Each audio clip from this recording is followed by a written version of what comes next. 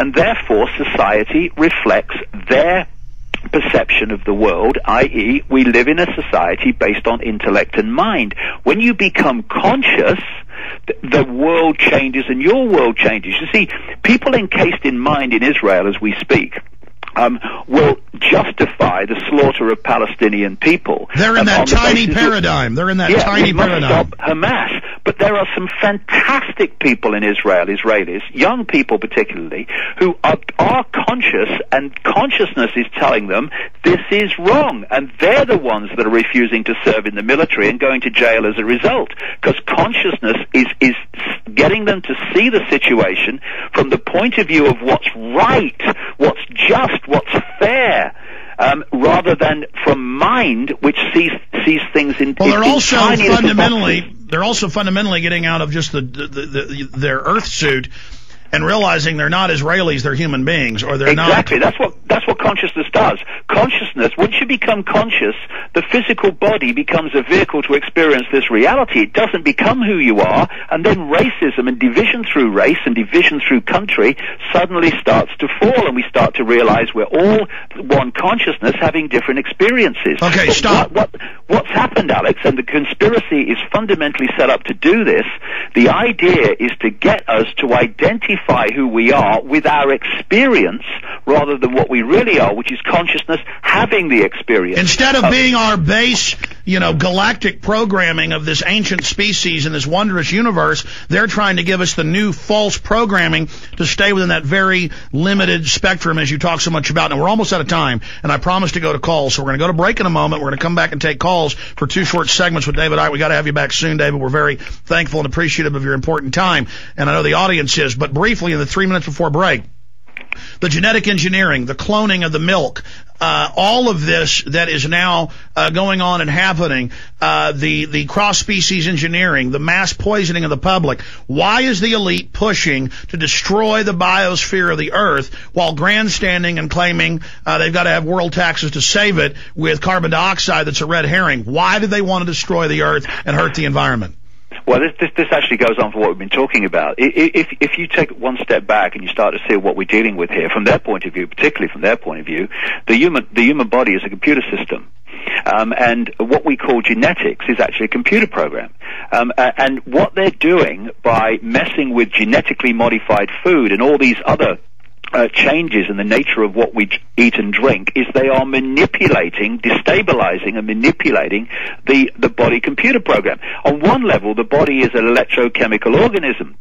So if you destabilize it electromagnetically or chemically, you're destabilizing it. You're stopping it working efficiently. You're stopping it being a highly efficient receiver-transmitter for consciousness to experience through it and to influence its behavior. You're disconnecting it from consciousness and pulling it into mind. Which is what the mercury and the poisons and the GMO. And when we get the government documents, and when we get them out of England and out of Russia and the U.S., it says we got to poison them when they're young so they never fully develop, and they're literally like biological androids. That's exactly the game, and this is why, again, the point you made earlier, I've been talking about this for years. This a massive assault on human freedom, on the human body, on the human mind, is because this period of change, this cycle is coming, and it's waking people up, and they're desperately trying to keep the lid down so that they can control for the next cycle. And therefore, they're attacking the young particularly because they're going to be the adult people as this cycle really unfolds, and therefore they need to destabilize them. And that's why their food and drink is attacked more than anybody. And that's why we've got the kids being put on Ritalin and Prozac. David, for PrisonPlanet.tv viewers, I'm only doing it with one segment today because time's precious. We're going to talk behind scenes for the PrisonPlanet.tv and internet listeners right now, and then come back to your calls after break. Stay with us.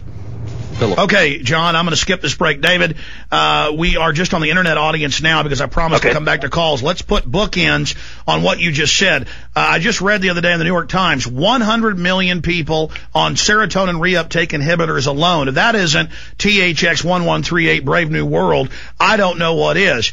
I mean, they're attacking the police, the military, the citizens. All of us are in this together. And isn't that the great final illusion, is that people that work for the system feel like they're part of the elite, when even high-level elites are being poisoned by their own system? And that's why people say it's a spiritual thing. There's almost this cosmic force, and you get into that, but I just can see that it's there, driving man towards destroying themselves, and it's overall a hatred of the species. Yeah, the thing is that I say to this to people in uniform, I say to them, you've got no power. There's some people that love the uniform because they think they've got power. And I say to them, you've got no power. Your power is what you put on in the morning when you open the wardrobe. The uniform you wear is an extension of the state. When you wear the uniform, you're an extension of the state. When you take the uniform off, you have no power. And the only power you have is of the state. You're just another pawn in the game while thinking you are higher than the other pawns that you're policing. And these are the levels of society, these policers of society, which Obama wants to massively increase with his pyramids. With his networks of civilian security. These are the people that need to wake up and need to realize that they have children too. I know of one who's high in NATO who's just realized, he said he looked in the eyes of his 4-year-old grandchild and said, I can't do this anymore because I know what I'm contributing to now, and he's trying to get information out about what's going on. This is what we need to do.